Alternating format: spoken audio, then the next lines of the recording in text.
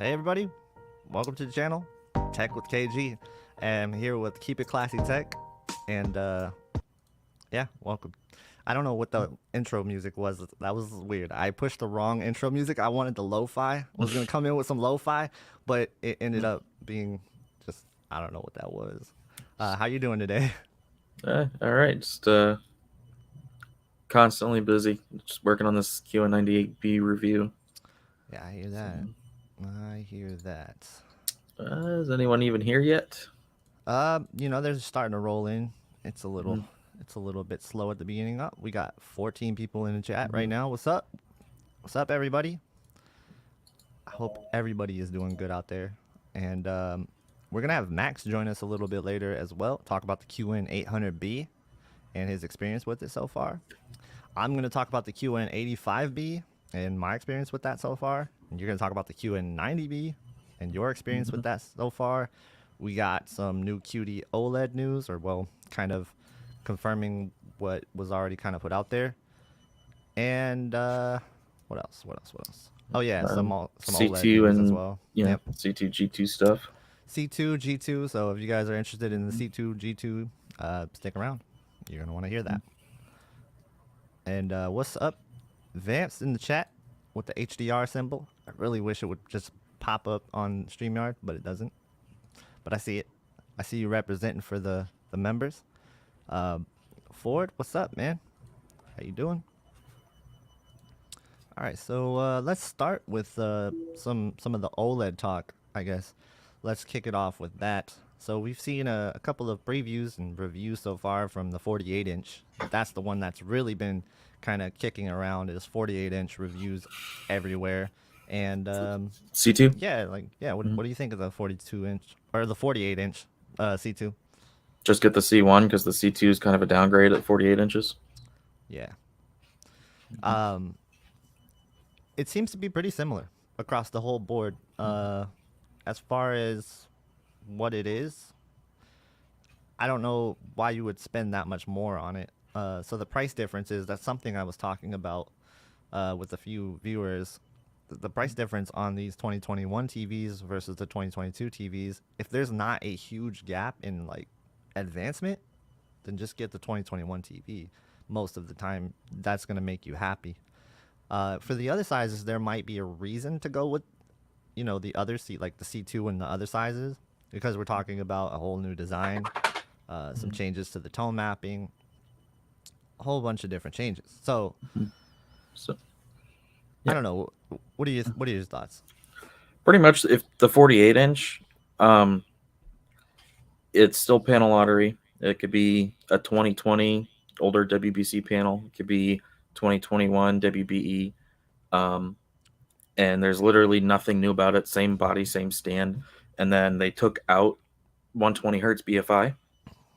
So I would say save the money and go for a 48 inch C1. Now, if you need smaller, then go for a C2. But Mm-hmm.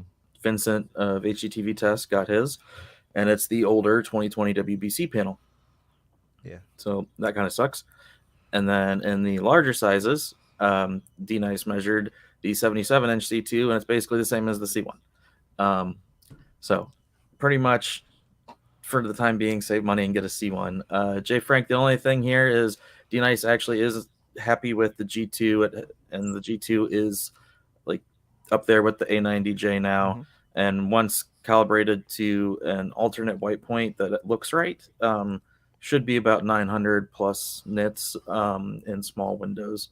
So, at least the G2 is a bump, but the C2, as I expected, is just a very slight difference from the C1 and another panel lottery. And also, this whole EX panel stuff, like I've been saying, the rep at LG Electronics specifically was adamant that they do not acknowledge what EX is. That's an LG display thing. Yep. And he specifically said that all they will say is that they get high quality panels from their provider, which is LG Display. Right. So C2, definitely panel lottery. G2, D-Nice measured the SPD, looks exactly the same as the WBE panels. So it's very likely that the G2 is a panel lottery between the 2021 WBE and the 2022 EX. Yeah, there's a chance that's definitely true. Like you said, we only heard LG tell media members and PR, that stuff they put out there for everybody to read on their press releases on their website. They're using the latest panels, and what that means is doesn't mean that they're using the EX technology necessarily. That's just they were talking about their latest panels, Well, they and didn't even say they latest. They just say high specify quality. right, and they specify. Well, they said latest to a couple of Yeah, media journalists. the one that I saw, the guy just said high quality panels. That's all. Yeah, and to the media journalists, they've been saying the latest panels, and they've been saying panels like not as a single panel. It's not just one panel. So I think that's really telling when they put an S at the end of it. That means there's multiple ones to select from for them. So I think that's just kind of like a cop out for them in a way. That way, kind of like last year with the whole is it an Evo panel, is it not an Evo panel lottery thing, and now they're saying, hey, look, don't even attach Evo to the panel anymore. The Evo is the panel technology plus the processing. So, Well, now it's not even that because they have yeah. the 42s marked as Evo when they're not using WBE panels at all. Right. So it's mostly literally like just the their marketing term. And processing that's why I stuff, don't yeah. pay 2 cents to marketing terms at all. Yep. Just like Samsung and the ultra wide viewing angle on the 85B. It's just a Right. marketing term. Right. And it's weird because like at CES originally they had some footage, or they had some pictures that some journalists got for the 42 and 48 inch, and it didn't have the Evo marking on it. So I don't know if it's something they decided on later just to call them all Evos so they avoid confusion or what. Yeah, that's just unfortunate that that's kind of what we have to deal with, is kind of a panel lottery again. Vamps, why would you say the G2 was underwhelming? Because that hit exactly what I expected. Whereas the C2 I thought was actually under, because I expected the C2 to at least be a little better than it was, but the G2 literally hit right where I've been saying it would. Mm-hmm. Yeah, I mean, a lot of early impressions led us to believe that the C2 might be brighter, a lot brighter than the C1, and that seems to be not the case. Maybe it's just a little bit brighter. Maybe it's also just the improvement to the tone mapping, which you turn off anyway, right? So I don't know. Maybe you want to turn this new tone mapping on. I don't know how good it is. I guess we'll see. Yeah, I just don't like any of the dynamic settings, and I don't know if LG changed the naming, but Mm-hmm. on the C1s, the naming is HDR tone mapping, which is incorrect because it's always doing that. It should say dynamic tone mapping. Right. Yeah, if you got a 48 C1 with the WBE, then that's what you want at this Mm-hmm. point. The other issue is it does seem like, again, if they're still using these panels, then pink tint and vertical banding and all the same problems we had in 2021 are still going to be a problem. Right. Um, I'm not sure who said this, but and I don't need you to tell me who said this, but from the video I watched, I can't remember who it is. They said that the spider webbing or the screen door effect or whatever was gone. Well, I've never seen what that is. So I have no idea what Okay, people mean when they say that on OLEDs. gotcha. I've only seen vertical banding, Venetian blind, and Right. I think that's what it is. typical stuff like that. The Venetian blind. I But think they that's get just that straight lines, confused. so I Yeah. don't know. I don't know. I've never seen anything look like a spider web though, so I don't know what that's from. Right. So I'll test that Um, because I've seen it before. and I got a response from Vincent. I had him check the boxes, like how on the C1 you can tell by the letter on the box if it's a WBE or WBC. And Mm-hmm. now the letter, he got both of them the exact same, even Mm-hmm. though one's a WBC, one's a WBE. So the C2s you won't be able to tell that way. So there's literally no way to tell with the C2s other than putting a spectra on them, just like the Sonys. Yeah. Right. And oh, Ford. with a super chat. He says, "So I got my first OLED C1, and the color banding while gaming was terrible. I played single player games with changing environments. Do you think the dimming would be an issue?" So I think as far as the banding goes, there's a few different ways to try to fix this. The best way is to probably play in 60 hertz and try to engage PC mode. I know I didn't get too much success with PC mode, but some people have. No, see, that doesn't exactly work, and But I there's haven't literally got it to nothing you work can do about either. it. It's just Yeah, the way the games are. It's on the same on Samsung. Now Sony had working smooth gradation mm-hmm. setting option, which is processing being applied to Right. smooth that out. But short of that, like it's just that's how the games are at this point, and there's nothing you can do about it except for play at 60. Right. Yeah, 60 is going to give you the best bet. And for some reason, I don't know why their processing doesn't apply uh, their smooth gradation to it, but yeah, it doesn't seem to work on the LG. So, Um, as far as the dimming, I'm not sure. You mean for the C1?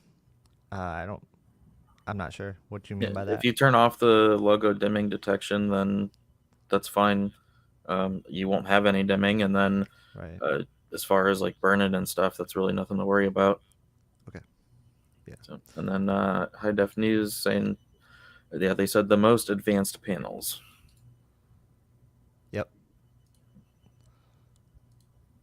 Oh, he said with A80J. Forgot to mention that. So, All right. So I turned my volume up. How's that sound? Let me know in the chat. I saw a few people say turn my volume up, so hopefully it's better. yeah, And I'm 900D wasn't 120. yeah, and make sure I'm not like over classy either. So is the volume good in chat? Let me know. And thank you for the super sticker. Is that LB? Is that an L? Is that just a B? Thank you though for the super sticker. I appreciate that. Or the super chat. He forgot to put his question, but here's his question. He says, "I'm about to buy QN90A, C1, C2, or S95B. Which do you guys think is going to be the best purchase from those?" So this is a kind of a tough question to answer. We got to have a little bit more information on your setup in order to give you the right information. Since we haven't seen the S95B yet, it's hard to comment on that. I think the QN90A and the C1, the C2, those are all probably going to be really close. I think how much does your budget matter, and what sizes are you looking for? If you could give us a little bit more information about And your how much does environment too, gaming matter? and how much does gaming matter is a big part of that too. And then hopefully we can give you a better answer. And then for, yeah, that's not a bad panel. That's the color banding you see in the games at 120 hertz. That's just the way they are in HDR. So either put them down to 60 hertz or you just got to deal with it. Cool. Yes, it's LB. Cool. All right. Yeah, LB, just give us some more information and we'll be sure to help you out. Okay, he says budget no option. Gaming matters. Huge as well as sports and HDR movies. For sports, I really like both of these TVs, the QN90A and the C1. I imagine the C2 is going to be great at that as well. The problem is with sports, even you could disable your dimming, sure, but it depends on the sports that you watch and if you're going to disable your dimming as well, because you will have your picture dim over time in some sports if you don't turn it off in the menu, in the service menu, right? I mean, I think if you turn off the logo dimming on the 2021s and newer, shouldn't have any problem. So Yeah, I the haven't first thing touched I'm it going to yet. say though, like this is kind of getting into what we're talking about later, Mm-hmm. but I'm a person that if there's little things that bug me, I will pay a lot extra to not have those things bug me. Right. So if gaming is very important, I would go for the QN90B over the A regardless of the price increase because they improved the gaming so much in those little things that bug me. The backlight is way, way, way faster. The transitions for the local dimming is way, way faster. The near like dark areas, they're still not perfect. They're still not OLED level, but they are so much better that gaming is hugely improved on the B over the A. So if gaming matters that much, I cut the QN90A out and I get the B. Then it comes down to that versus a C1 or a C2. And as we said already, I don't think the C2 offers anything that worth the price increase, at least from measurements. I still need to see it with my own eyes when I get it. So in that case, I would lean towards C1, unless you want to go the next step up and go to a G2. Yeah. So also, it's going to have to do with your personal preference.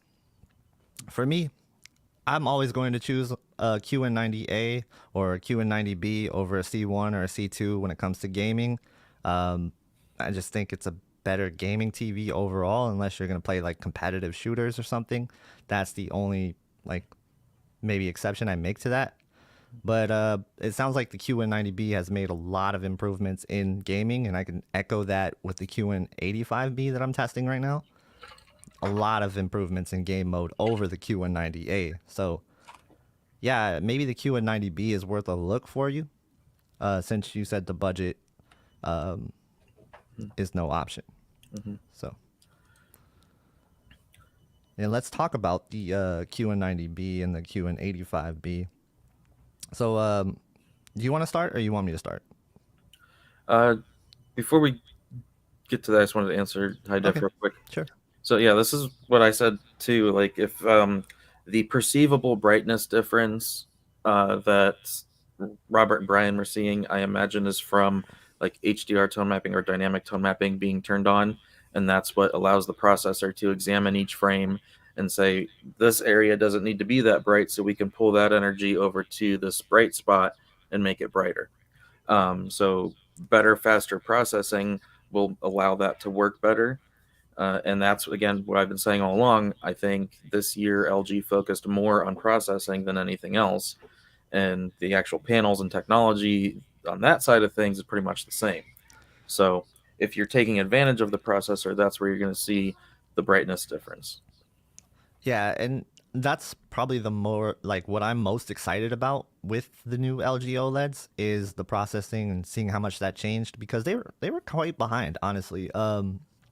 Just looking at the C1 next to the QN85B yesterday on a YouTube video, I was just amazed at how much more detailed the QN85B was compared to the C1, and I just need LG to up the processing game. I just really need it, because right now they're third. They're third amongst the top three, and that has to change, because that's why I personally picked the A80J over the C1 almost all day, like in my personal preference. So, yeah, hopefully we see some changes for the processing, like they've been saying.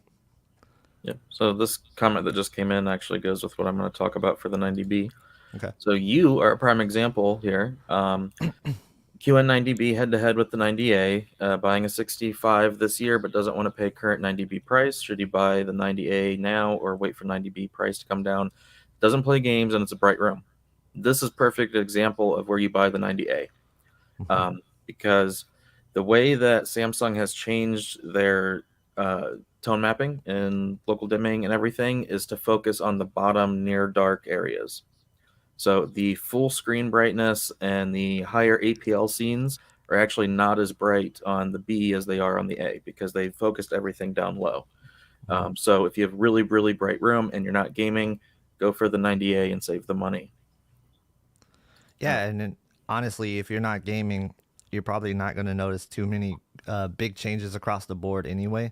And I would say, I'd kind of argue that the QN90B is better for dark rooms now than the QN90A was, because of the changes that was made to it. And I haven't seen the QN90B, only you have so far amongst us. And so let's talk about that right now. Let's talk about your experience so far. You don't have to get into too many details because we got the review coming up for you, but so let's touch on at least part one of my review will be out tomorrow morning.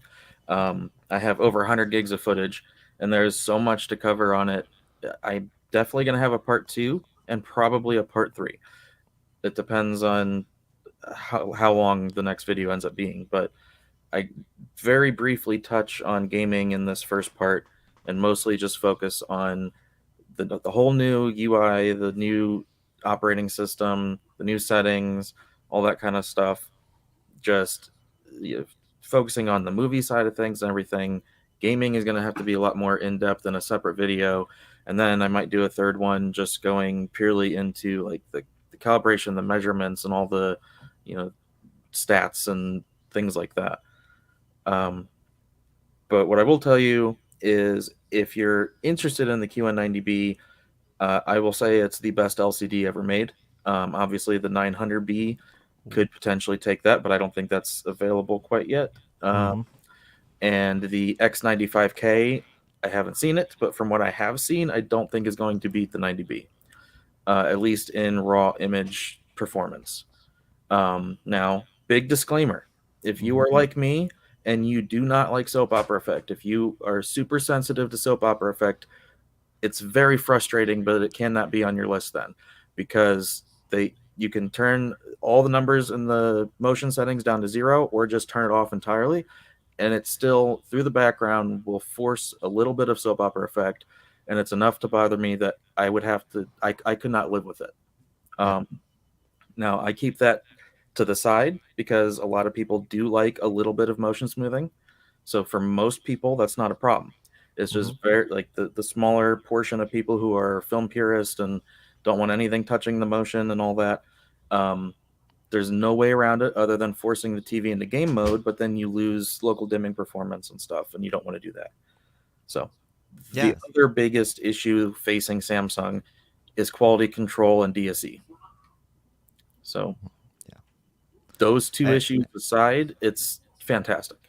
And let's clarify that the quality control DSE thing, that's just an LCD issue.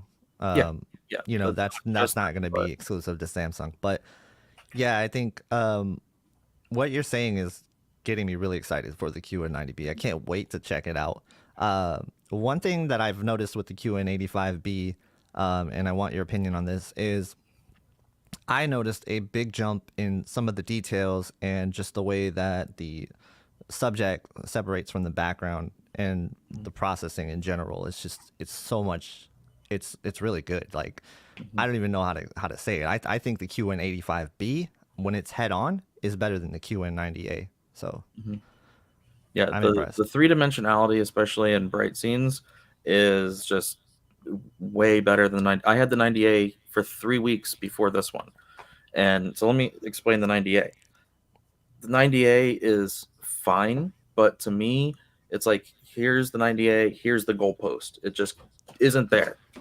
The 90B doesn't do anything drastically different, but it brings enough minor improvements in different areas where it needed it that it moved it past the goalpost, and I can recommend it. Yeah. The way I would say this is, like, if you're somebody who really pays attention to the image on the screen, you're not just like a casual TV watcher and you just want the best TV, you know, to turn on sometimes. If you're somebody who's like really like a nitpicking every detail and you just want like the best image possible, you got to go with these 2022 models over the 2021 models, because I do think that there has been an upgrade in processing and you can notice it. It just feels like it's kind of caught up to, I don't even want to say it caught up to it because I haven't done enough testing, but it reminds me of what the XR is doing a lot of times. And I just love it. I love everything about what the image processing is happening on this TV. Yeah, I would say Samsung got real close to the XR in terms of detail and clarity.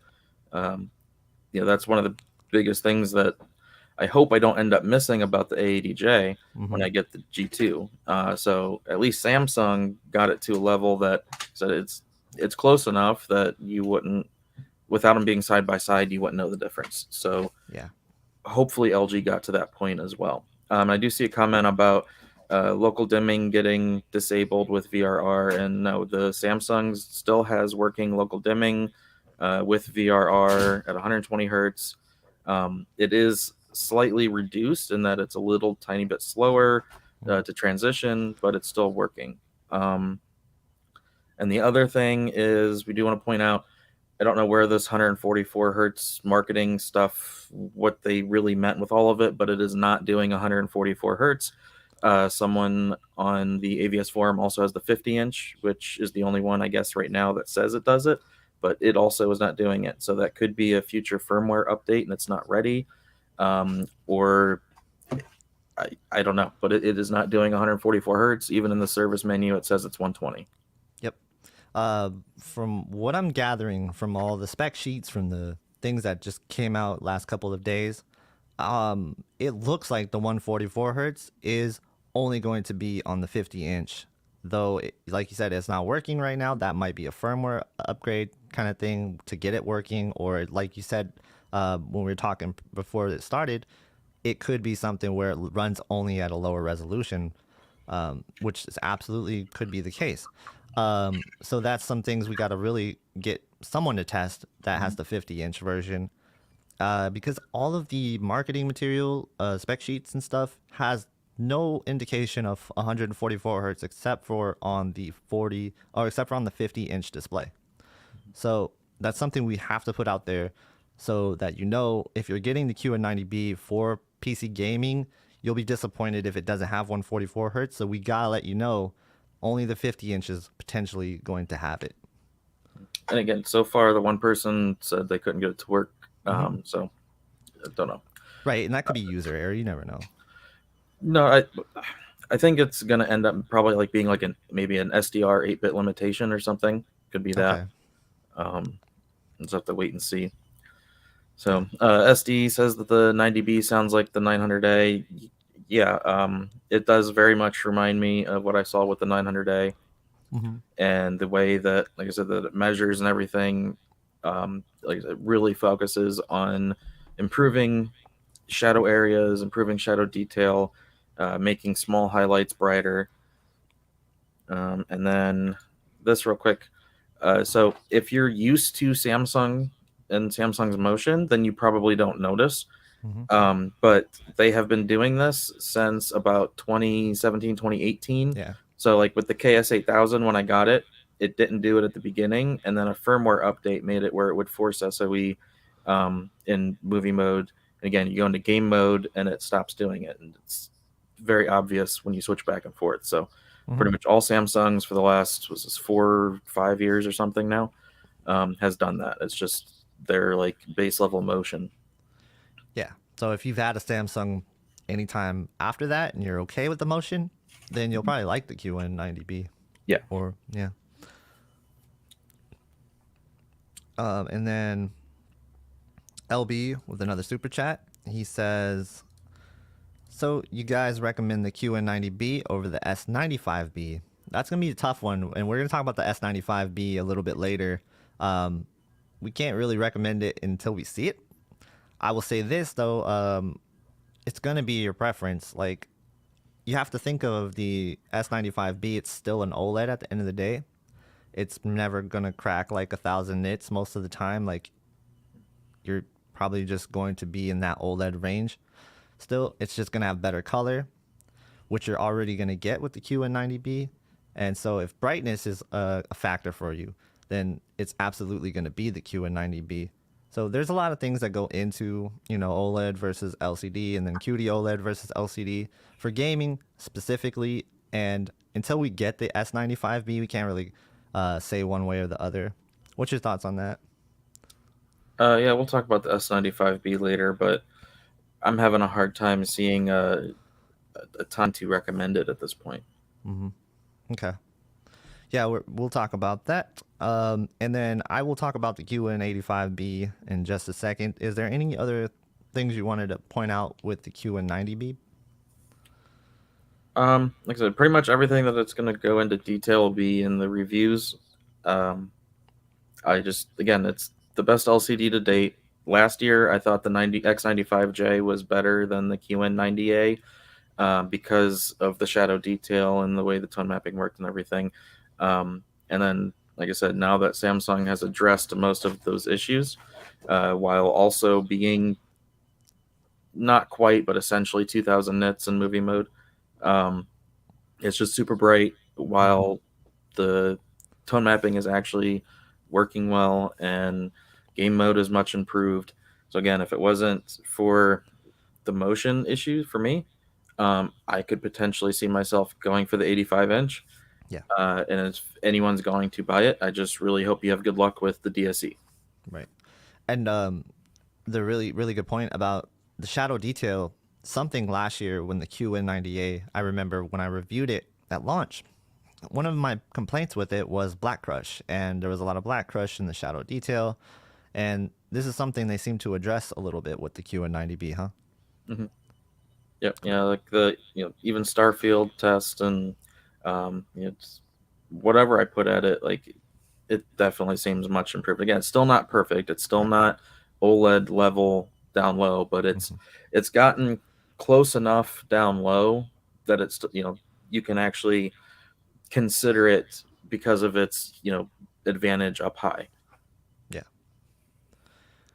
Yeah, so you guys heard it first. LCD is not dead. Let's go to I guess my thoughts on the QN85B so far. I have a lot of the same things you're saying about the QN90B to apply here. I think the first thing that really jumped out to me is how bright this TV is.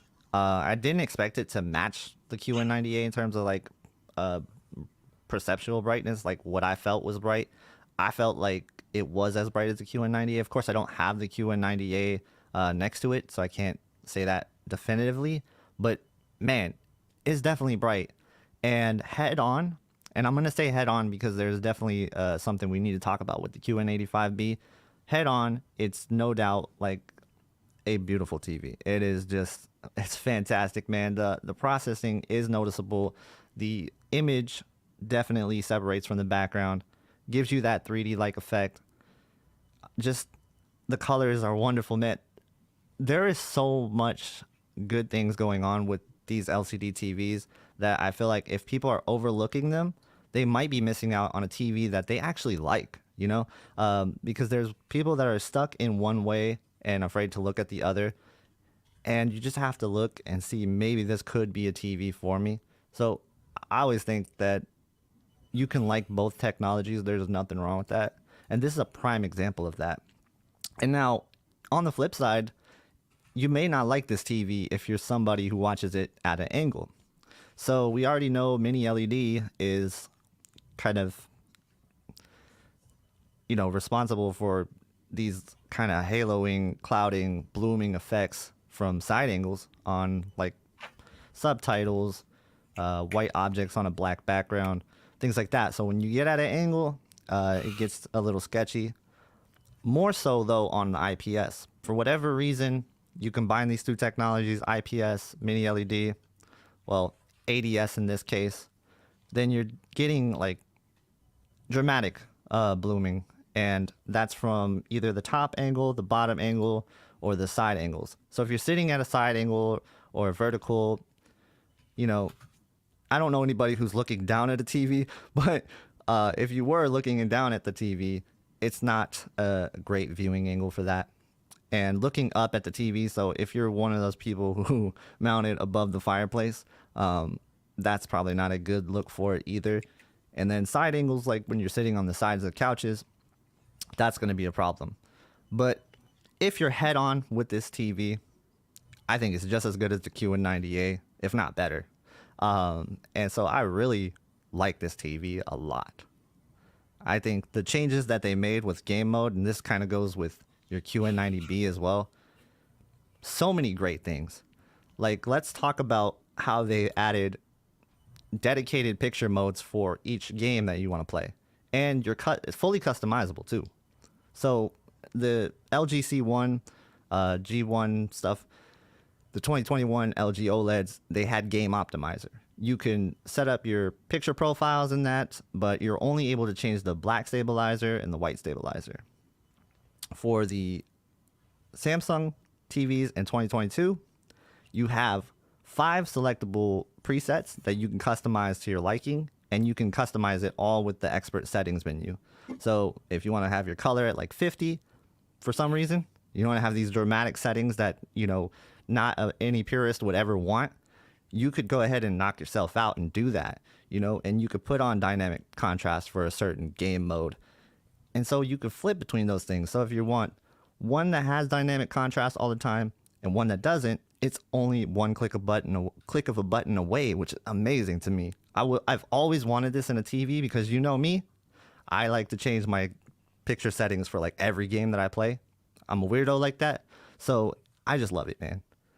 I can't speak highly enough about this. And Sony, if you're listening, LG, if you're listening, you gotta have this kind of feature on your TV. You just gotta. Yep. For me, the biggest thing with game mode is just how much faster the backlight is, so it doesn't blow out the bright areas like it did. And then you got to just sit there and wait for it to turn it that brightness down so you can see the detail. Like it's really fast. Yeah, the backlight's great. I can say that for the QN85B as well. And the color on this TV, it's better than the QN90A.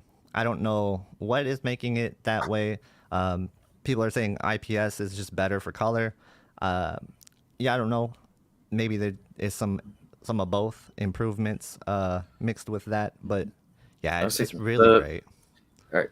The problem on the monitor side of things, it's a completely different world. Right. VA panels just suck as monitors, and it's mostly to do with just the way they make the monitors. But so that's why like IPS rule the monitor world as far as color gamut, color accuracy, response time, all that stuff.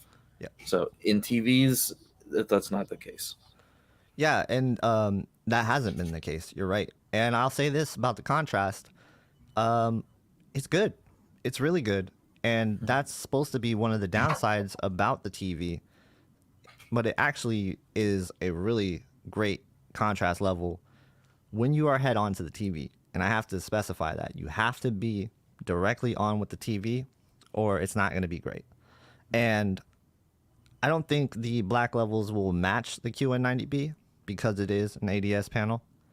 But whatever Samsung's doing with their ADS panel, it's pretty good as far as contrast goes. I don't know if it'll measure good, like in ratings tests and stuff, and I don't know how they do their tests. Here's the problem with that. Yeah. Contrast ratio was originally meant to be measured in SDR at 100 white, and then you measure how dark can the panel get.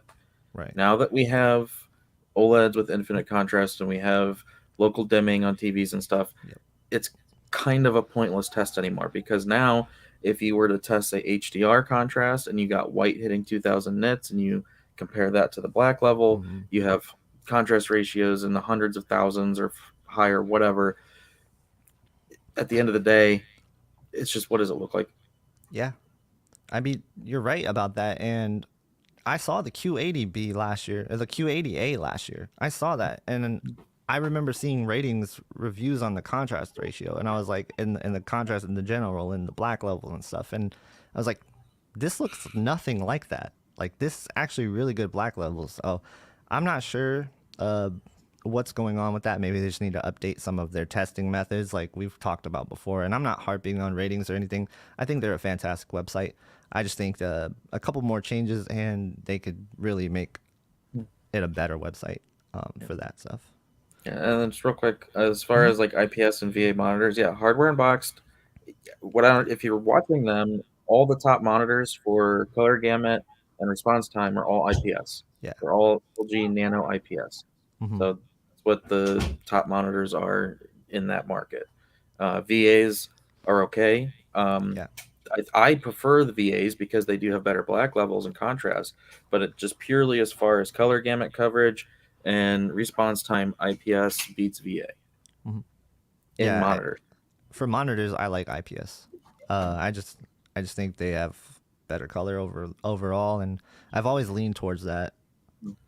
But now that we're starting to get OLED monitors, that's a dead point anymore anyway, because OLED's just better, period. Yeah, we'll definitely have to address some of the issues with OLEDs and monitors, though. I think, the dimming and stuff at higher brightnesses could be an issue for some people. Let's see. What else do I want to say about the QN85B that we haven't really talked about? Nothing else. I just remember I put it next to the C1 and I was impressed. So, for it to kind of feel like it was the better TV than the C1 when it was side by side, I was impressed with that. So, really happy with the QN85B. I think if this was a TV I bought, I would be excited. Because I don't watch at an angle anyway. So what I'm gonna do with this review is I'm gonna say like, hey, look, if you're not watching this TV straight on, you're not gonna like this TV, right? If you're watching it at an angle, you're not gonna like the TV. And I think you could probably say that about some of the other mini LEDs too, but it's just so much more dramatic when you talk about the ADS panel and the QN85B. Do I like it more than the A80J? Yeah, no, I don't, because the A80J is a 77-inch TV, and it's hard for me to say, like, I like it more than my A80J. If it was next to a 55-inch A80J, I might have a different opinion. So, the processing and stuff for the A80J, I still love that. And, yeah, I think it's really impressive. Either way, for gaming, I'd rather play on the QN85B. Most of the games, with the exception of maybe Elden Ring because it's in the dark most of the time. But I just think, man, the high brightness of the QN85B for gaming, people are gonna love it. People are going to love it. But yeah, I am liking the 85B a lot. But if you're at an angle, I don't get it. Actually, I was checking a message, so I missed what you said. What'd you say? Or Oh, what would he be referring to there? I don't know why you would be silent against about something I said. Yeah, my phone just literally just got blew up with messages. Yeah, you're fine. Let's see. Let's talk about if you guys have any questions about the QN90B or QN85B, just type them in chat and we'll cover them if we can.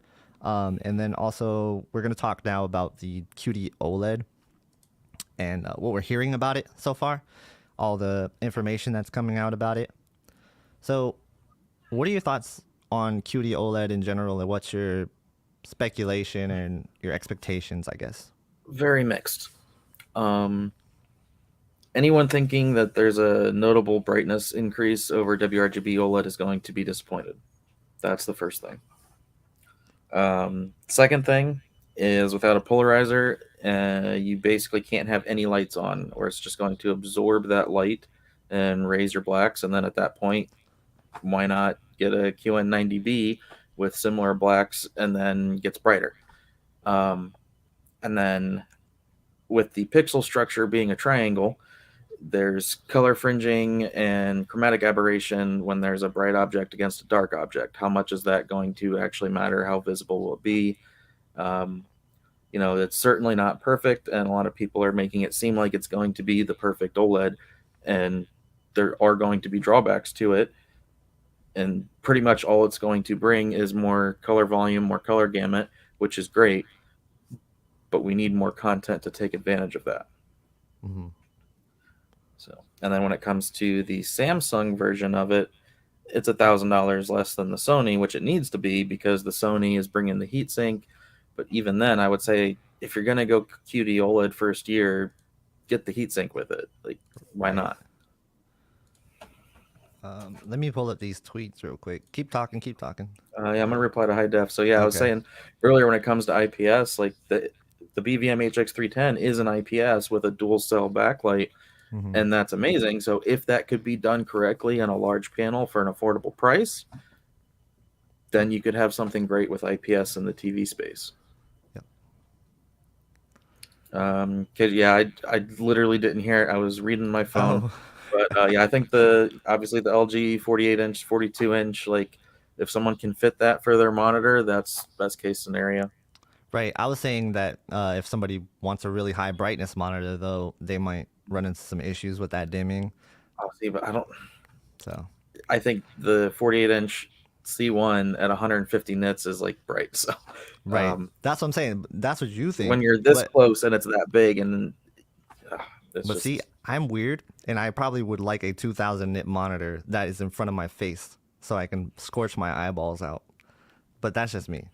Um, anyway, I do love this OLED though. I love this as a monitor. My only complaint is that I can't push it to the higher brightness. That's my only complaint. But I love it. Like it is the best monitor that I've ever owned, hands down. I swear, if you do what I've told you and you get it, you set it to 200 nits and you disable the logo dimming, you might change your mind on that. 200 nits is not enough nits for me. When it's right there and it's so big. It's not enough.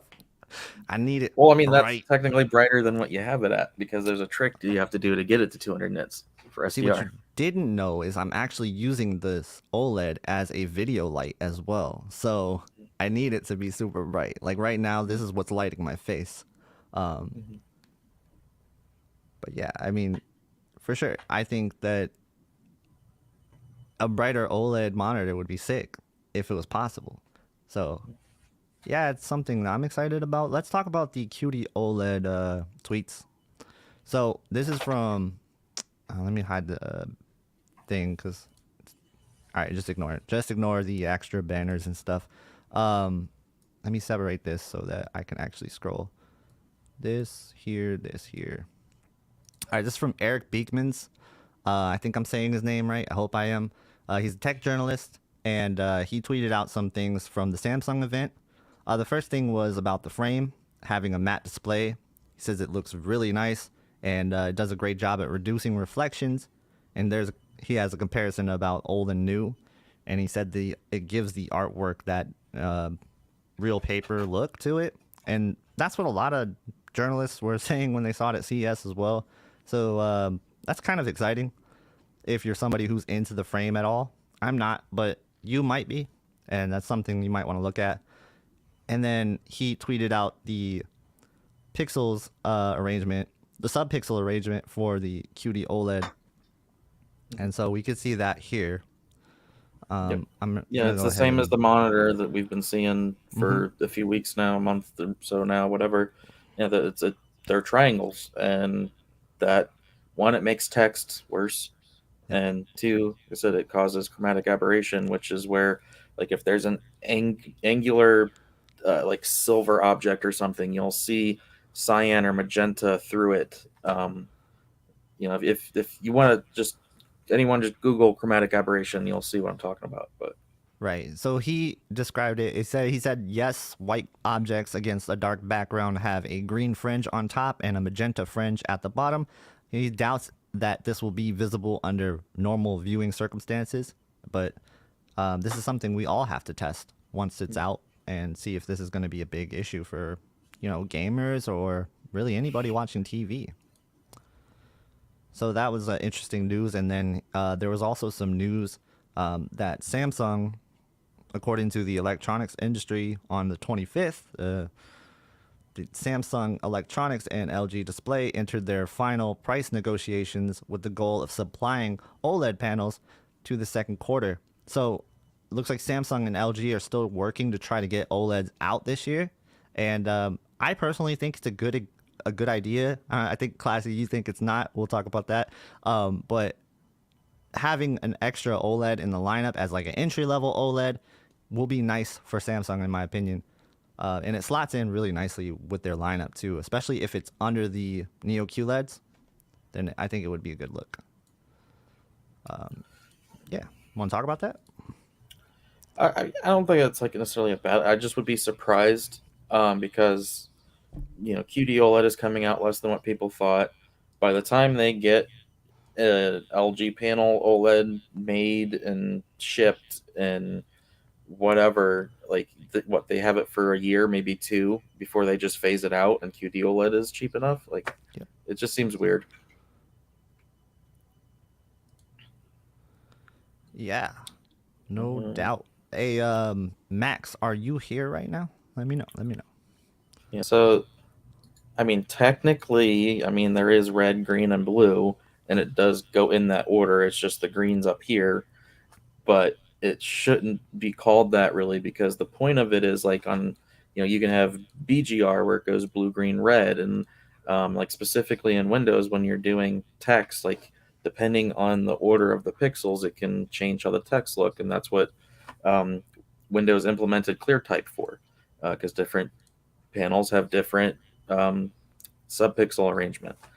So, but it being a triangle, just it's going to have side effects.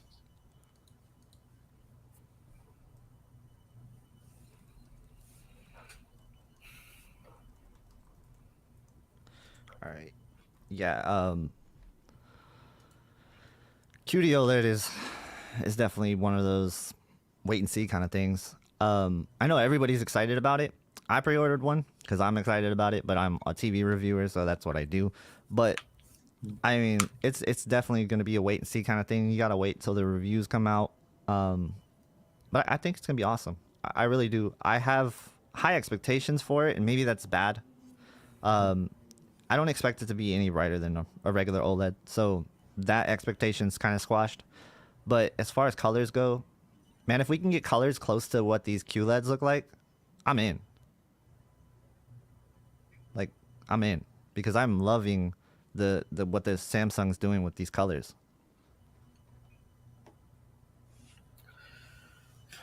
Uh, yeah, I don't know if you saw FOMO's video about the S95B. Yeah, no, I responded to it and I gave him a big list of things I disagree with because I have a different theory. Um, I guess I could talk about that theory. It's a little long winded, but as far as that goes, like I don't think it was a mistake or I don't think it wasn't planned. I think it was all planned. I think it's going according to planned, except for not having the LG OLEDs. I think they wanted that with the lineup, and so that sort of threw a wrench into the plans. But as far as that goes, I'm not worried.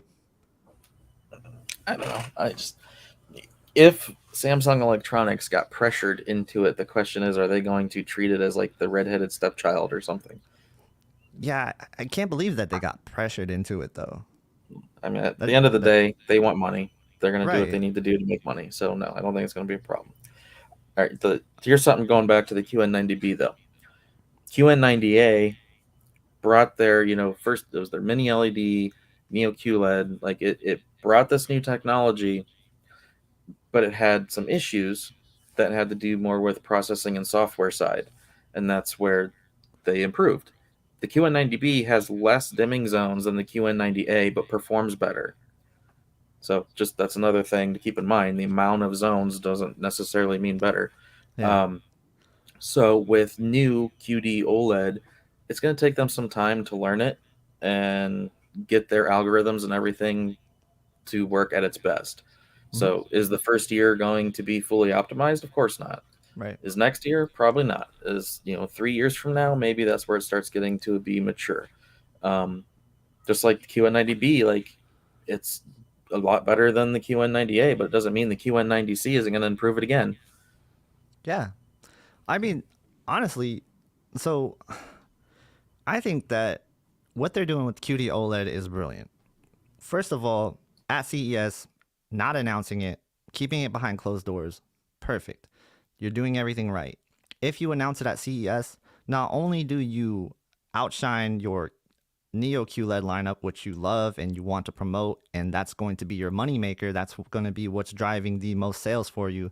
You don't want to put the QD OLED out and give the message that we're giving up on Neo QLED at CES. So that coupled with the A95K being shown at CES as well, I don't think that they wanted that shown aside from that because they still make money from that. The Samsung display does.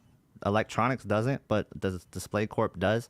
And so I don't know if they had that communicated with Samsung Electronics in that sense.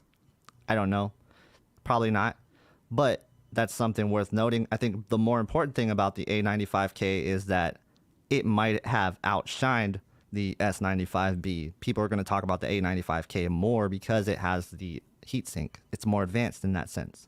And people trust Sony's processing more than they trust Samsung's processing. So that is why I think that it's all going to plan for Samsung. I don't think any of this was forced on them. it just seems like a smart move to announce it 2 weeks before. 2 weeks? Is it like, or no, a month before it comes out? And that's just going to build up hype. And it is. And it did. Like, that built a lot of hype up for them, which they might not have already had at CES. Because they got to singularly put this on its own announcement. That's why I think it makes sense. Yeah, guys, if you guys are happy being here, our KG's like ratio right now is about 1/3. So if anyone could just go hit like real quick. Thanks, guys. If you could hit the like button, I do appreciate that. We're gonna look at some of these questions here.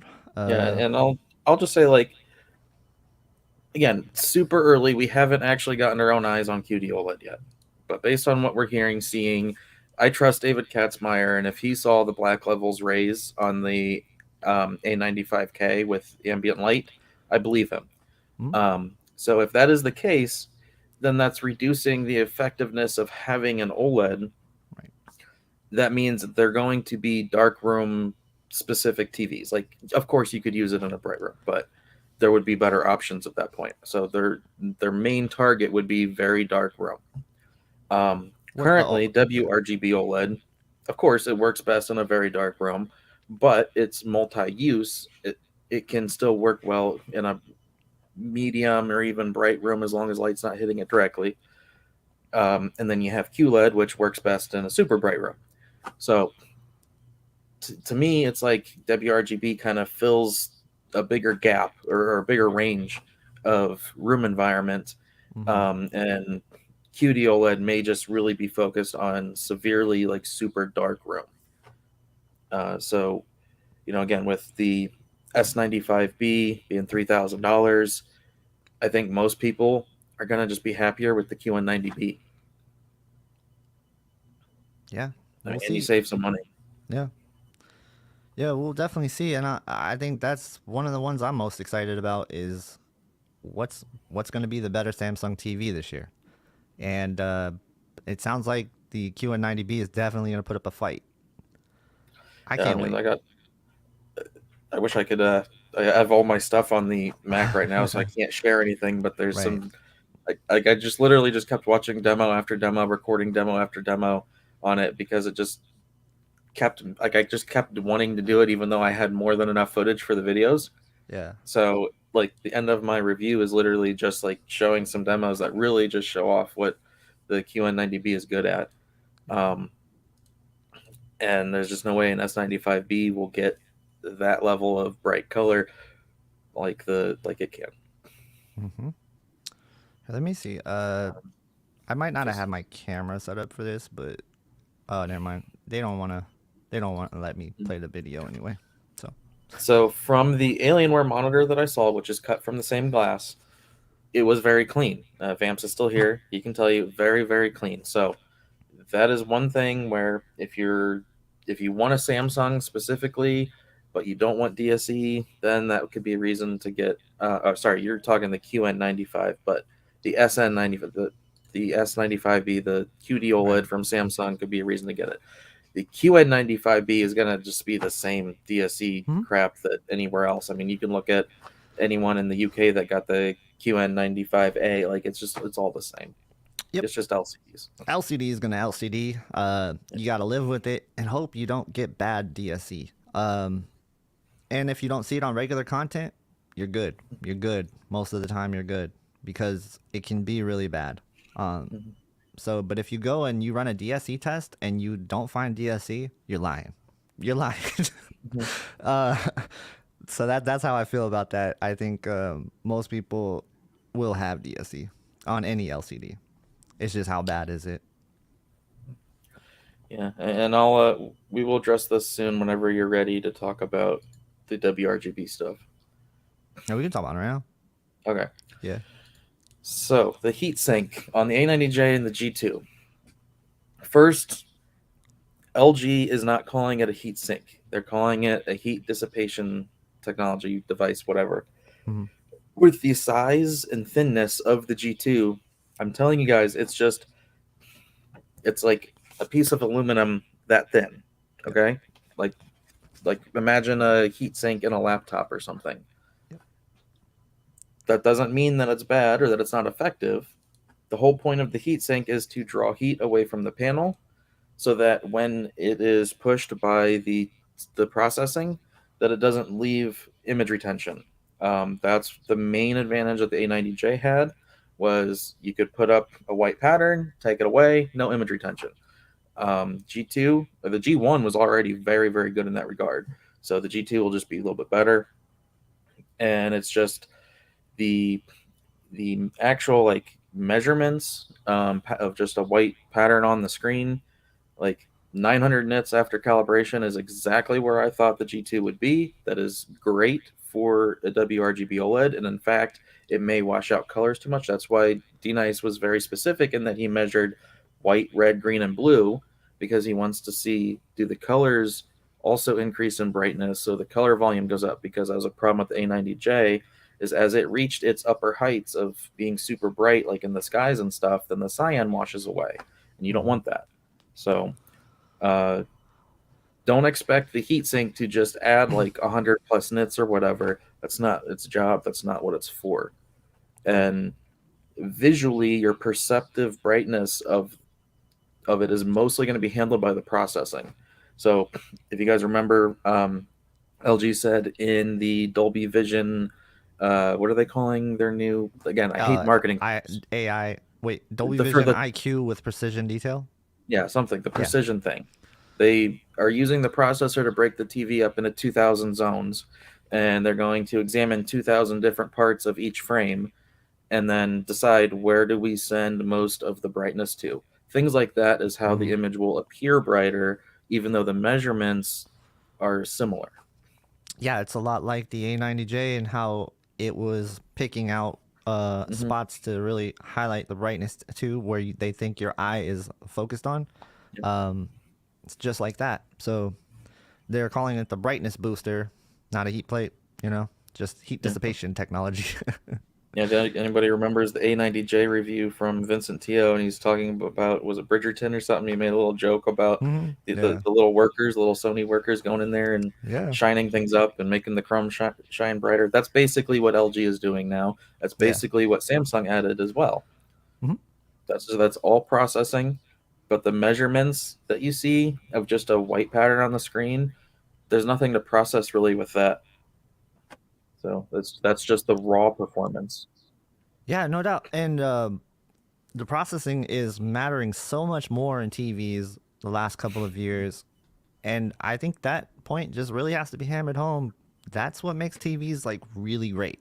That's what separates good TVs from great TVs. And that's why a TCL TV right now is not going to compete with a Samsung TV at the top end until they fix their processing, until they upgrade that. And same thing with Hisense. Hisense is not even close. So that's the whole thing, is that you really need to focus on processing to get your TV to be great. Yeah, I mean it's exactly the same thing, getting caught up in the measurement numbers, which it does give you information, but there's more to the picture. It's just like people get caught up in horsepower on cars, whereas another car could have less horsepower but weigh a lot less and be faster because it weighs less. Yep. Yeah. All right. So let me hit this super sticker really quick. SD, thank you for the super sticker. I appreciate that. Let me look to see if I missed any other super chats or super stickers. I'll hit the questions right after we talk to Max. Max is going to come on and talk about the QN80B and his experience with it so far. So let's add Max to the screen. Hold on, let me get this branding off so that it's not going to mess that up. All right. Max, what's going on, man? Hey, how's it going? Can you hear me? Yeah. I think your volume might be a little bit too high, but other than that, you're good. How's that? A little bit better? Good. Yeah. Okay. Oh, welcome. Yeah. Welcome to the channel, man. Welcome to the stream. I know you've been a supporter for a long time. I've been following you ever since you commented on my video. I checked out your videos, and I was like, I dig this guy's vibe. So glad to have you on. Thank you. Thank you for inviting me. I appreciate it. Yeah. You want to tell us about yourself? Talk about who you are and Yeah, so my name is Max Chambliss. I just started off on YouTube a couple years ago. Uh, have a passion for tech, love TVs, and one of my huge people that I love following and watching YouTube is you, KG, and Appreciate Keep It that. Classy and Stop the FOMO. Those guys are pretty much the guys I watch all the time, and that's what got me inspired and started doing YouTube. Good. I'm glad to hear that, man. I love inspiring people, and for you to say I was an inspiration to you, that's heartfelt, and I love that, man. So thank you. I'm so glad you got into this. I think you do a really good job at what you're doing. So just keep creating, and just keep it up, man. Stay consistent, and good things are gonna come your way for sure. I appreciate it. Thank you. Yeah. Greatly So appreciate it. yeah. What are we talking about today? The QN800B. Yeah, so I just picked this. Well, if you see right behind me, I just picked this TV up yesterday. I saw it on BestBuy.com, and which I was kind of shocked because I thought it was supposed to come out in April, Mm-hmm. and I saw that you could purchase it, and I always been admiring that TV. I was trying to debate either getting the Samsung or I was thinking about getting the LG G2, and I was talking to Keep It Classy before we seen each other on streams and stuff, Mm-hmm. and I always been thinking about maybe just try out a Samsung to see if I like it or not. Yeah. And so far, I like it. I like it. I think it's a pretty nice TV, but I do see some blooming Mm-hmm. with the TV and some a little bit of clouding. But other than that, I only had it so it'll be my second day now. So I'm still trying to figure out the settings and everything. So. But so far, I think the picture quality is they really stepped up their game this year for 2022. Yeah. So is this your first Samsung? And like how, or did you have one Yeah, before what'd you that? have before this?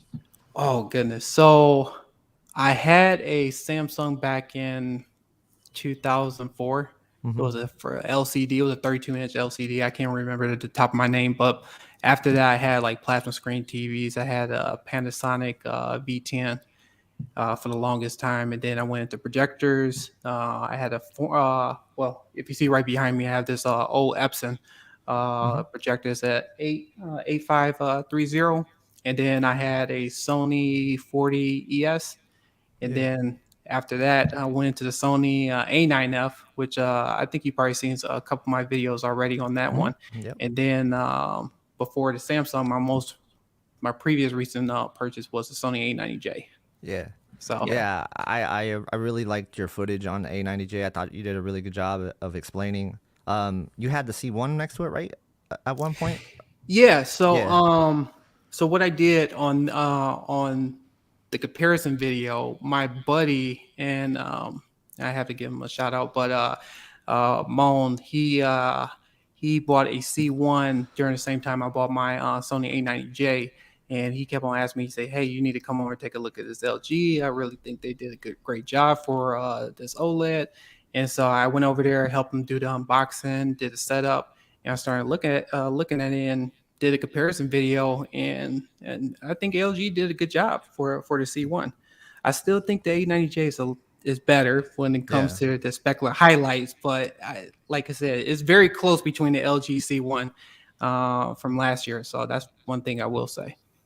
Yeah, and Yeah. as you mentioned, like with the blooming, like that's something too. Like if someone has and is used to OLED, it doesn't matter. All these local dimming LCDs will have blooming, Mhm. and it will stick out like a sore thumb when you're not like you're coming from OLED. Like that's just something that's just going to stick out very much to everybody. But now, if you are someone who has always had LCDs, even if you had a non-local dimming LCD that didn't have blooming but had raised blacks, it still might be something that doesn't really bother you or doesn't affect you as much. It's just once you get that real defined contrast of a dark object right next to a bright object that an OLED can do, and then you see even the best LCDs with blooming control, there's still enough that you'll see it. Mm-hmm. Yeah. Yeah, I absolutely agree with everything that you just said. Yeah, because coming from an OLED and going to the Samsung, the picture, the processor, it looks great. Yeah. Yeah, so that's where I was saying, like with the 90A, there was the down low performance near black was just not there for me compared to an OLED. Like it wasn't close. Hmm. Of course, up high 90A is better. With the B, it really seems they put that emphasis down low. It's still again not going to match OLED, but they've improved it enough that maybe you can make that trade off because you want that really bright high end. Hmm. Yeah. So, Yeah. Yeah. Oh, go oh, ahead. oh, I have a question for you. So, in terms of the blooming overall, I know you heard that LCD is gonna have blooming and stuff. So, was when you got the QN800B initially, did you think it had less blooming than you originally thought it was gonna have? Yeah, actually, I was kind of shocked about Samsung because the reason why I've been so hesitant on LCD TVs, well, LED TVs now, is when I first had my Samsung back in early 2000. That was like the one thing that stuck out more than anything was, especially when you're playing darker content like movies or playing games. That was one thing that stuck out the most was the clouding effect and then the blooming when you go to brighter areas and darker areas. And when I looked at this TV, the first thing that I noticed, I was besides the, I, and I'm just gonna say this, I'm not saying like blooming is a really really huge issue, Mhm. but it was just you notice it, but you don't. It doesn't really affect you that much. And I think Classy, you mentioned it with the 90B the other day that you were saying you see the blooming, but it doesn't bother you as much. I feel the same way about the 800B. It's like it's there, but it's not there that it will impact you. Say, oh, this is just terrible. Yeah, in Mhm. my review, I specifically left subtitles on anything that was TV content. And like one scene in particular is really dark with the black bar right under, and the subtitles did nothing to make the anything bloom. Like it's really good. Yeah. Yeah, I agree. It is the same thing, and I think the picture really does pop with the depth, especially for this year in 2022 with the processor. It does remind me a little bit of what Sony did with the XR processor, with the depth and 3D dimensional field when some of their objects. It's Mhm. not there yet, and I still have to tweak the settings, so I really can't say right now. But I think Samsung did a really good job for 2022. I would say that. Yeah. I was impressed with what they did so far too, and so a couple of things I gotta ask you about the QN800B. I saw in your unboxing that you tested out EasyCal, and this was Mhm. the thing that Samsung calls smart calibration. Dwayne Phillips was asking about this. He was gonna ask Classy, but I'm gonna ask you, and then we're gonna shoot it to Classy. How did you feel that the EasyCal experience was, and did you try it in professional mode? I thought I saw you try it in professional mode. Yeah, so I tried it yesterday and then I tried it again today. So I I don't know if this could be my phone because I have a older iPhone. I have an Hmm. iPhone 11 Pro Max. But when you use their calibration, you have to download their application, the Smart Things from Samsung, Yeah. and they had the professional calibration. But it got two options: it got the basic mode, and then they got the professional calibration. When I tried to do the professional calibration, for some reason it was going through, but all of a sudden the app would just crash. And so I Yeah. did the basic, and the basic went through. It did 100%, and I did see a difference on there, but it wasn't like a huge difference. If that make any sense to anyone, it was just like seemed like it was just a basic couple. Looked like it was two white points balance update for what they was doing, but. I think it's a great step forward for people who are not really in calibration, because I know myself, I'm not a professional calibrator Hmm. at all. I go to AVS forums, and funny thing, I look at Keep It Classy on AVS forum when you did the C1 and the G1, and I look at his settings and stuff, and just want to say thank you for that, because that did help my Hmm. buddy out with the C1, and he saw a 90-day difference when he was looking at the settings. So I use your settings, and he's praising you right now. Yeah. Yeah, so pretty much, I guess that, yeah. I have an S22 Plus, Samsung's brand new phone. It's Samsung's brand new TV. It's their brand new feature. It does not work together. the entire smart calibration system that they have does not work on their own brand new phone. That said, Mrs. Classy has the iPhone 12. Tried it on that, kept crashing. And to me, if I'm going to do it, I'm going to test it. I wanted to do professional, so I didn't even bother with the basic one. Mm-hmm. So I guess that's the problem. It's not ready. It needs a firmware update. It's just not working yet. The basic one doesn't really seem like it shouldn't even be called calibration, really, because it's so simple. But I have some these are pictures I can't actually share. These are going to be in the review too. Okay. When you go on the service menu, you can actually see what it's supposed to be doing. Yeah. Let's see.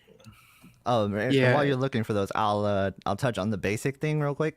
I did test out the basic calibration because that was the only option I had for the QN85B. I'm not sure why that is. I just didn't have the professional option. But for the basic mode, I did it, and it didn't seem to change any settings. But then I went to the 2-point, and I just kind of jacked it up to terrible settings, pretty much what you would pay $4.99 for on a different place. But you would you could go to the basic calibration, and it would fix that for you. But I think all it does is just default it back to regular movie mode. Mm-hmm. But if you ever want to fix terrible settings, you have that option now. Or you just hit picture reset. And oh yeah, you could do that too. But, so what's the interesting part? You brought something up. When I was going through the basic calibration, I looked at the settings before and after, and that's why I'm going to see if I can capture it in the video.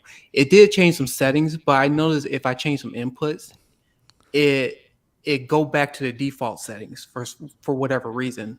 And I think to the classy point, I think it's definitely need a firmware update, because every time I try to use the professional part, it just keep crashing on me. And I mean, the TV just came out, and so I'm not fighting Samsung on this one. So right. Yeah, I really wanted to measure out of the box after doing that, and then after a real calibration for the review. So I spent over 3 hours on it, and it just wasn't coming together. So let's see what picture. This is the picture that shows that the local dimming zones, when I counted, was correct. Mm-hmm. So right here, 40 by 18 zones. But this is where, you see, they still call it Easy Cal in the service menu, even though it's smart calibration or whatever now. Right. And then here's the page with everything that it does. Mm-hmm.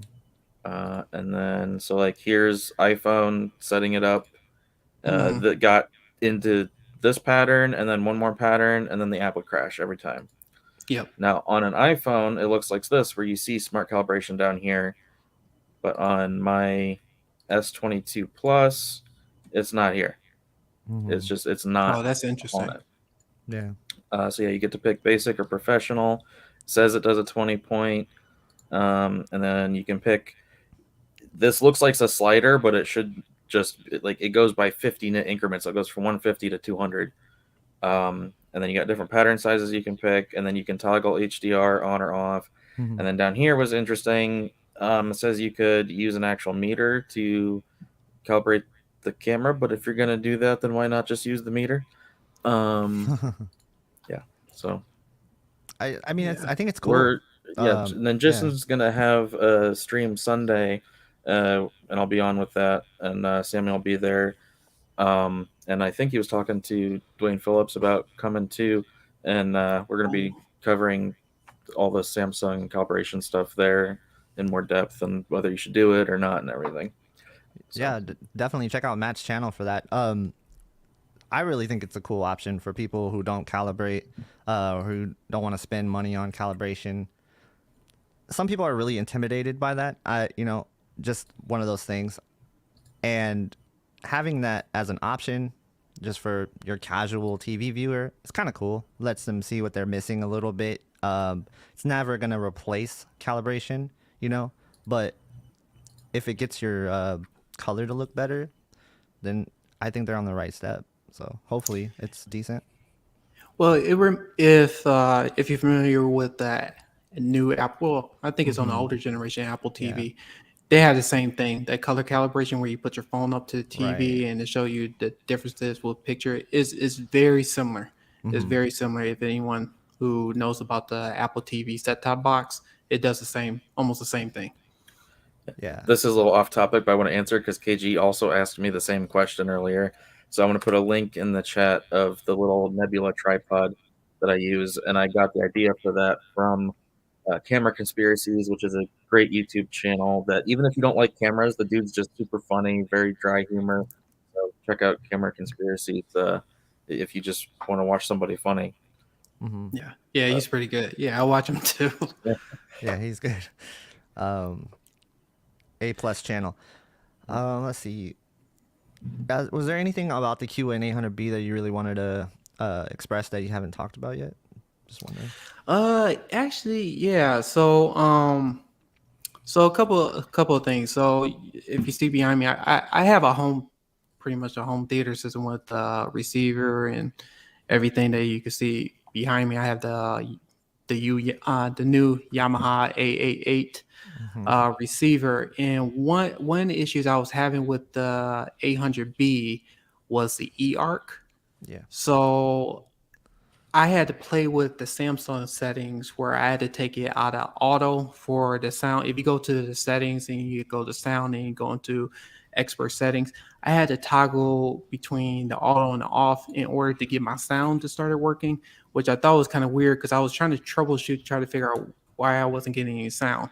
And that was one thing that I found that was kind of interesting. And I was looking at some forums too, on ABS forums specifically, and people were saying that Samsung is notorious for their e-arc issues when it comes to connecting to receivers or soundbars. So I just want to give people the heads up about that too, because just give awareness that you may have some issues with the e-arc. But I was able to get it fixed after I toggled those settings. It started to work. Yeah, and I mean, I had issues with Sony eArc. I've never had issues with Samsung yet, but I'm sure it's going to happen.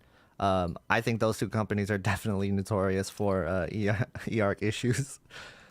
Yeah, I had it with my Sony A9F. They did an update to, I think it was like Android.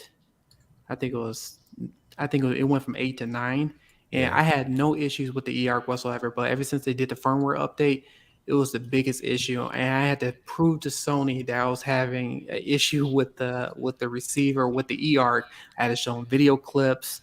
I was talking to their support center, and so that was the other reason why I started YouTube, is because I knew I wasn't the only one that was going through this whole eArc issue, and I wanted to. That was like one of my first videos that I sent out. I said, asking people if anybody else was having the same issue, because Sony was giving me the same answer over and over again. Said, we'll take a look at it. We all know it's going to get fixed. So it was almost close to a year till they finally fixed it and acknowledged it, when more people started reporting it, which was a good thing, because even though their TV sound system was great, but I spent a lot of money on my surround sounds. They want to utilize it, and especially having an eArc issue, that was like, it was driving me bonkers. Yeah. ERC is I don't like it, man. There's a lot of issues. Classy is dealing with some issues with that all the time too. So Yeah. Oh yeah, both the 90A and the 90B, same thing. If my Blu-ray player is plugged in, whenever I turn it on, I go to my Xbox, I go to my Shield, doesn't matter. It's just like, oh, you want to watch your Blu-ray now, and then turns it on and switches everything to it. And the menu system is so slow now, it's so annoying. I literally just unplug the power from my Blu-ray now while I have this here. Yeah. Did you have any issue with the gaming hub? I was having issues at first where you had to force it, and then in order for it to work, because it didn't come up automatically for me. I I keep don't know if having an you ever tried issue that. where the settings just keep resetting. So like game mode, I'll put the auto on an input, and then it'll just the next day like not be on auto anymore, or HDIG will just be off again, or it's just gonna in SDR put the brightness back to max again. Like it's just being weird.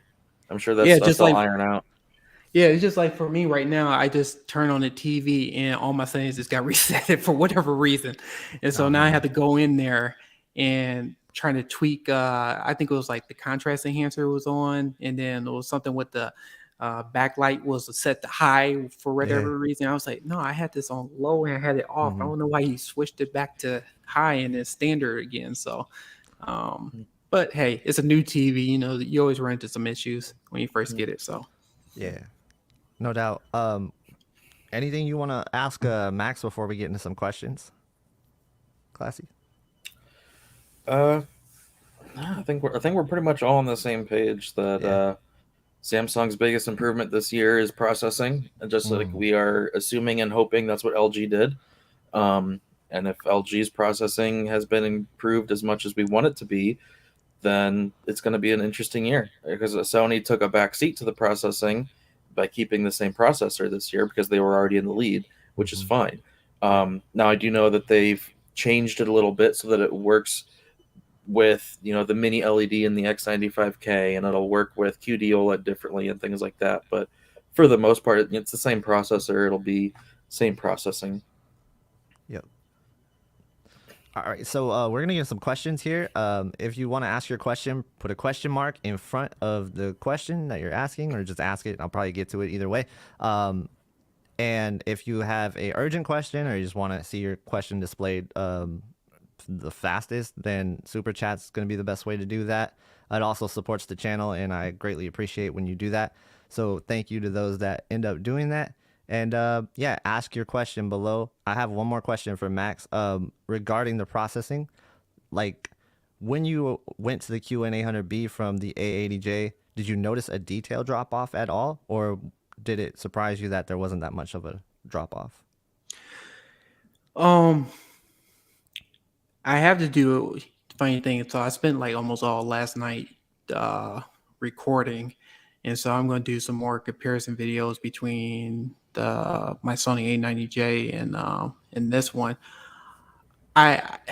If I have them side by side, I could tell the difference. But having it in separate rooms, I would say that it's still a little bit of notch to Sony side because how they work their processor, but Samsung it's pretty close for what I can see, especially when it comes to the detailed content.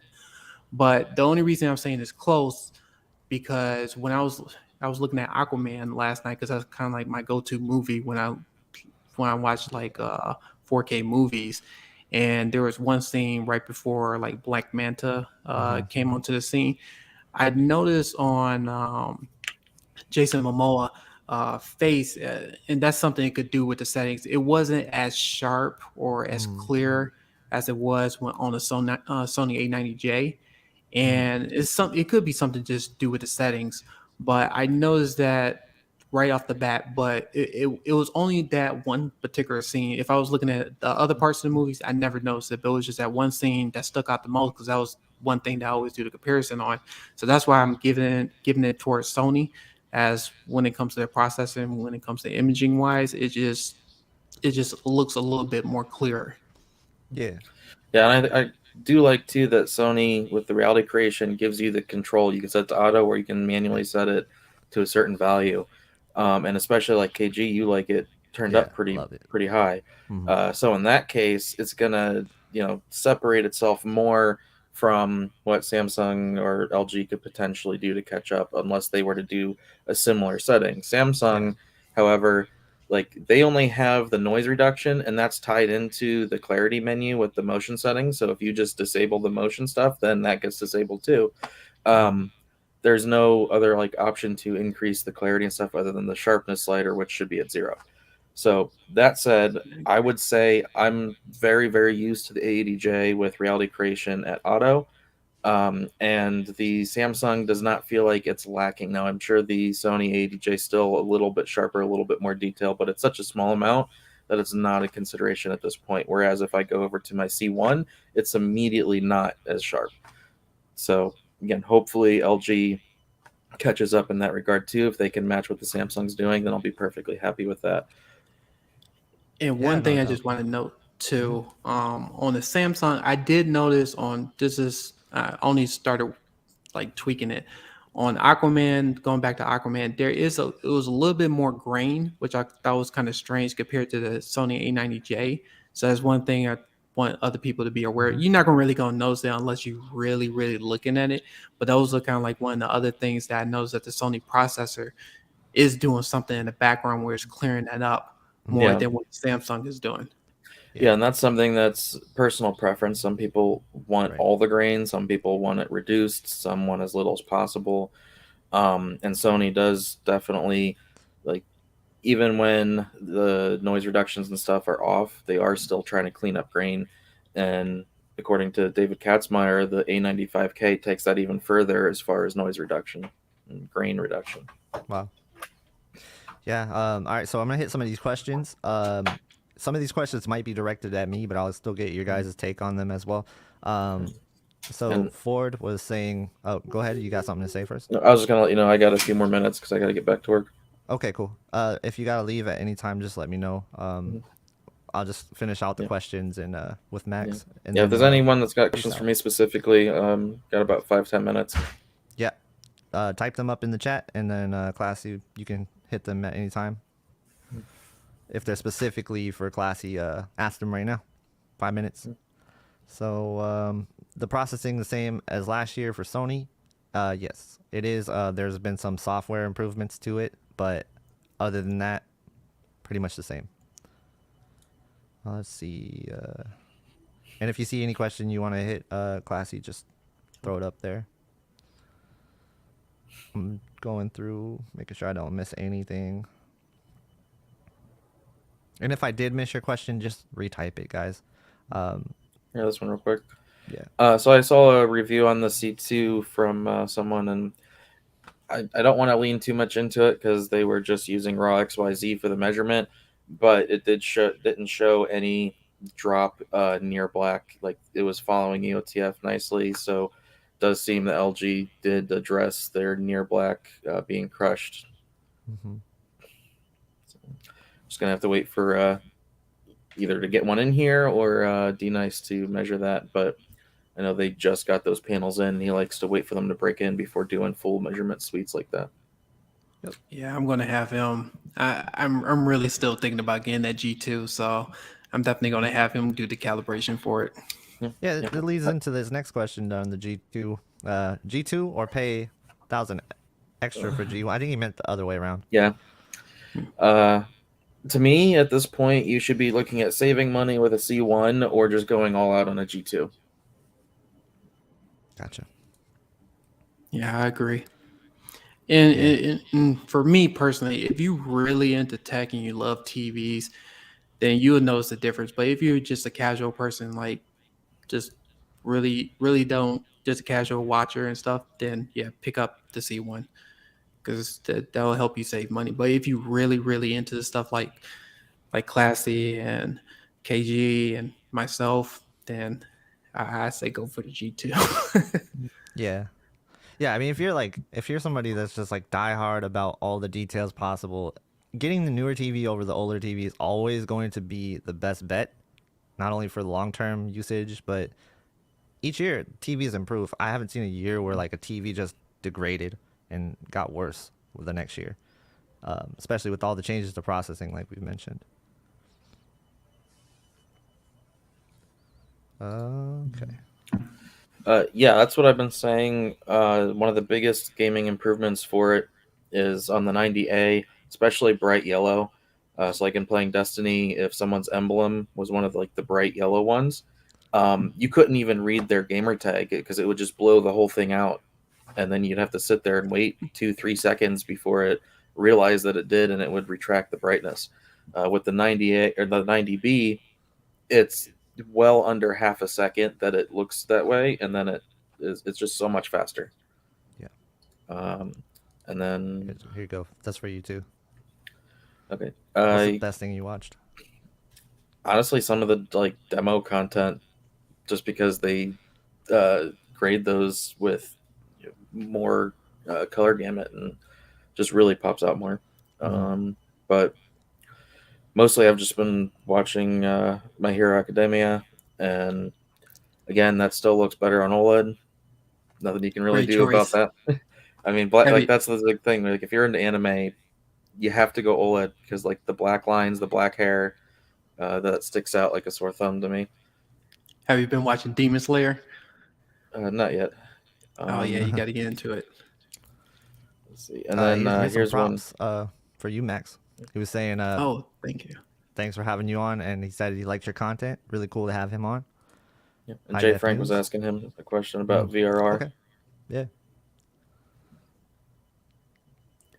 Do they have a VRR on the AK Samsung? Yeah, they do. There's a setting on there.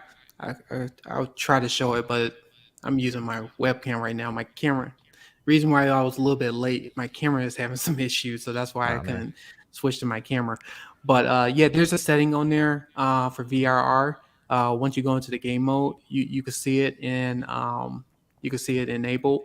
I haven't played with the settings that much. I know there's options to switch some of the settings, but I haven't dived too much into it.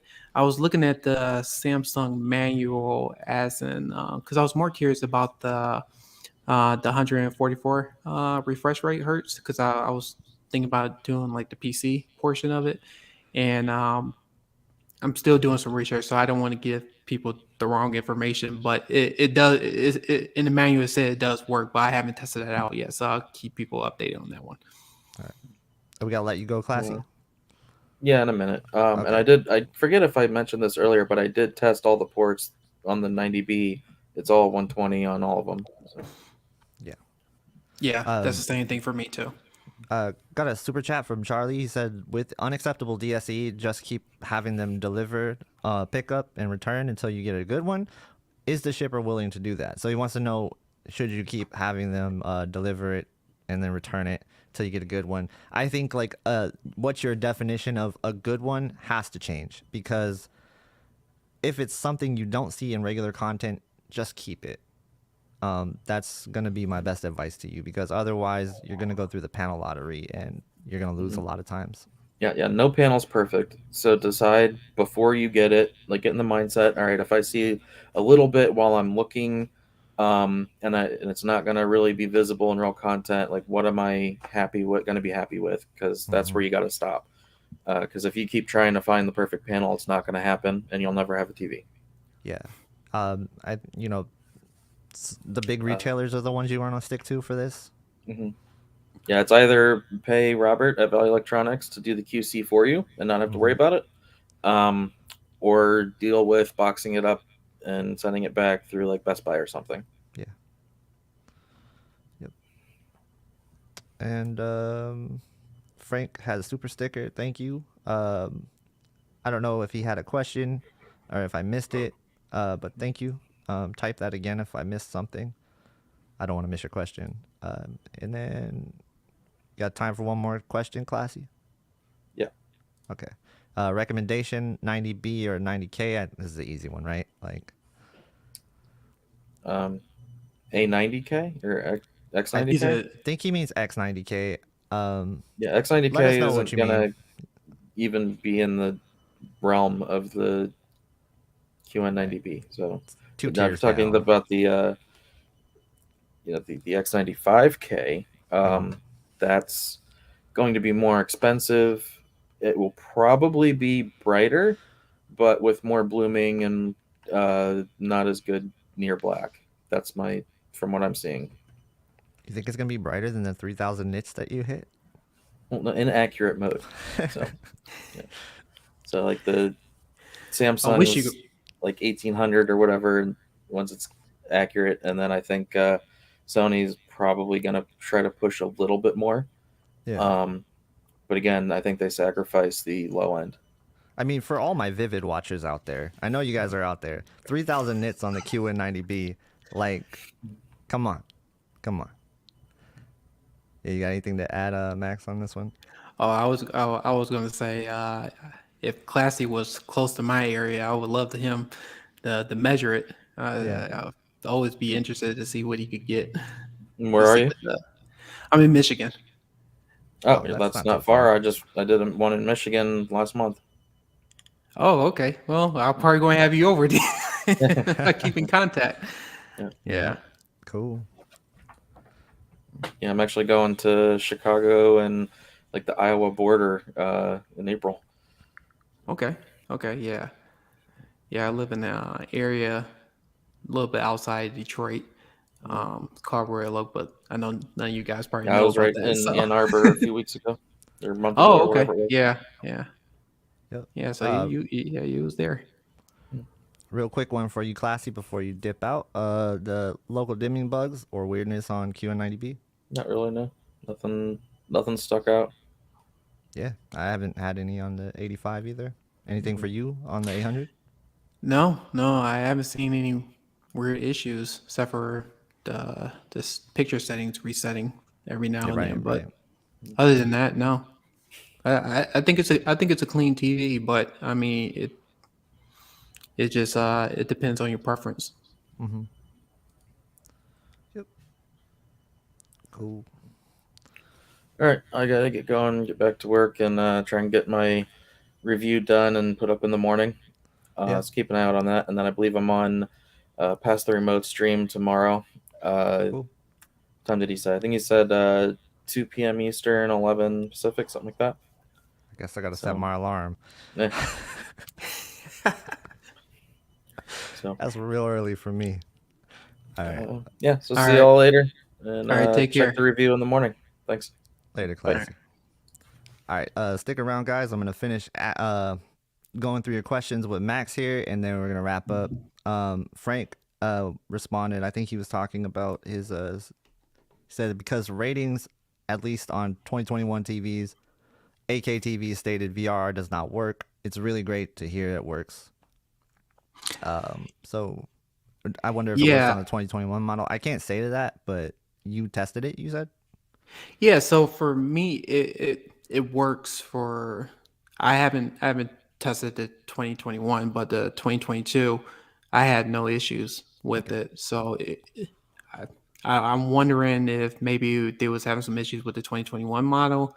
Could have been that unit, but so far everything looked like it went through. Especially playing on the Xbox Series X and the PlayStation 5. Well, PlayStation 5 doesn't have VRR, but on the Xbox Series X, I didn't have no issues with the VRR mode, and I could tell the difference. Yeah, cool. Glad to hear it works. Let's see. I'll go through some questions. Make sure you guys sub to Max. I'm gonna throw his channel in the description here. Really awesome channel, up and coming YouTuber. So just stay with it, man. I'm serious. Like just stay with it, and I appreciate it. good things will come. Like just I don't know, 2 years. I've done this for 2 years, so that goes to show you how fast you can grow. Just provide the truth, provide good content, and stay engaged with your community, and hopefully people will love you. So yeah, your content is great. So like I said, you and Classy, Stop the FOMO, Whisper Status, Techno Dad, I like watch them all. So I think all of them, including yourself, do phenomenal content. I love watching them all too. The AV community is great, and yeah, so just for it to keep growing, and I encourage everybody to get into it. If this is a passion for you and you want to just do it sometimes, that's okay too. You know, you don't have to be full time like I am, but just to do it on the side, you know, I think it's cool to have a lot of input on this stuff, and you can never have too much. It's never too crowded, in my opinion. So. Oh, I appreciate it. Thank you. I greatly appreciate it. No problem. All right. If you guys have any last minute questions, type them in the chat right now. We're gonna get ready to wrap it up. But yeah, overall I think the QN85B is fantastic head on. But then like when you get at an angle, it starts to fall apart because of the ADS panel. So that's my take on it. I'll have a full review on it. I'm thinking about doing a side by side with the C1. I think that would be kind of cool to do. But yeah, as far as that goes, I can't wait to put out that content. You got a review coming up for the QN800B? Yeah, so I'm going to be doing the same thing too. I'm going to do a side by side with the Sony A90J. Perfect. And I even thinking about doing the comparison with my Sony A9F, just for since it's a much older TV, just to curious to see the picture differences between each other. I'm going to try to have out a review in a couple of weeks. The only reason that I'm not rushing this because I really want to, play with the settings and make sure I'm understanding a lot of the ins and outs of the Samsung TV, because I'm used to messing with Sony TVs and LG TVs, so I haven't had a Samsung in quite some time. So I know they made some major changes this year with their settings and its screen when it comes to like the home screen and the remote this is a lot different than the Sony and the LG remotes. So getting Right. used to that. Yeah, I mean, honestly, it's great stuff. So I'm gonna hit this super chat real quick. From Shango, he says, "Thanks, KG, you the man." Thanks, Shango, you the man. And then Ronnie Creason said, "Broncos are gonna win the Super Bowl." Yes, I think so. I can't wait for that. I know you're a football fan, right? You're a Lions fan, right?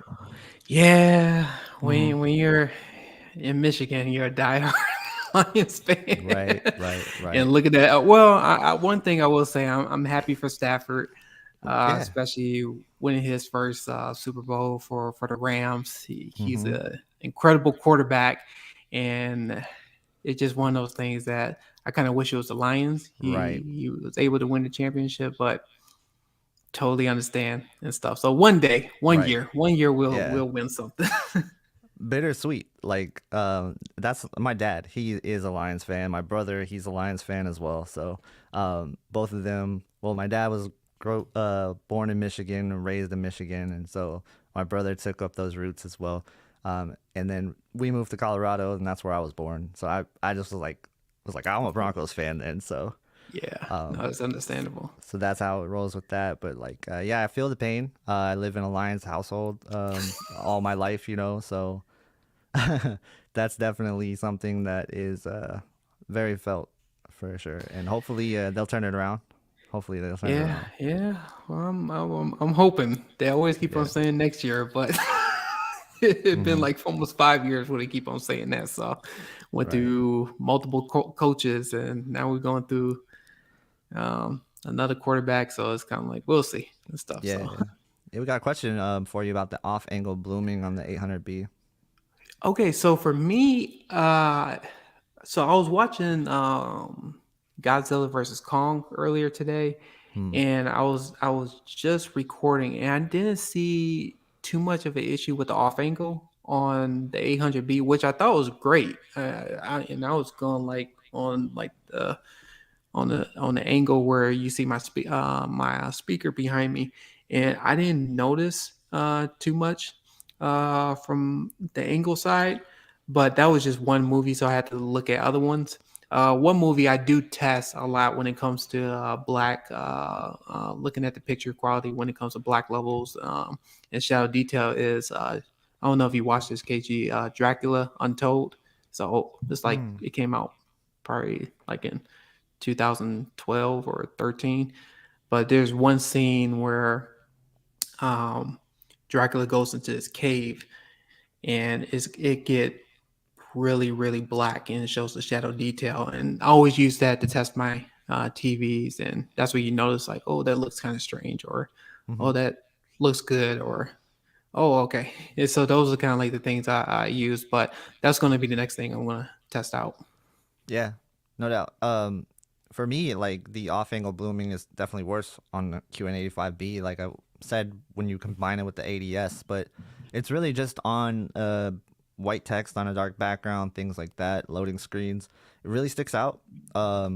Fireworks on a dark background really sticks out at an angle too. But head on, man, I'm telling you, like, TV is so good. So I was impressed because I didn't get to check out the QN85A last year. So I was happy. I'm happy with it so far.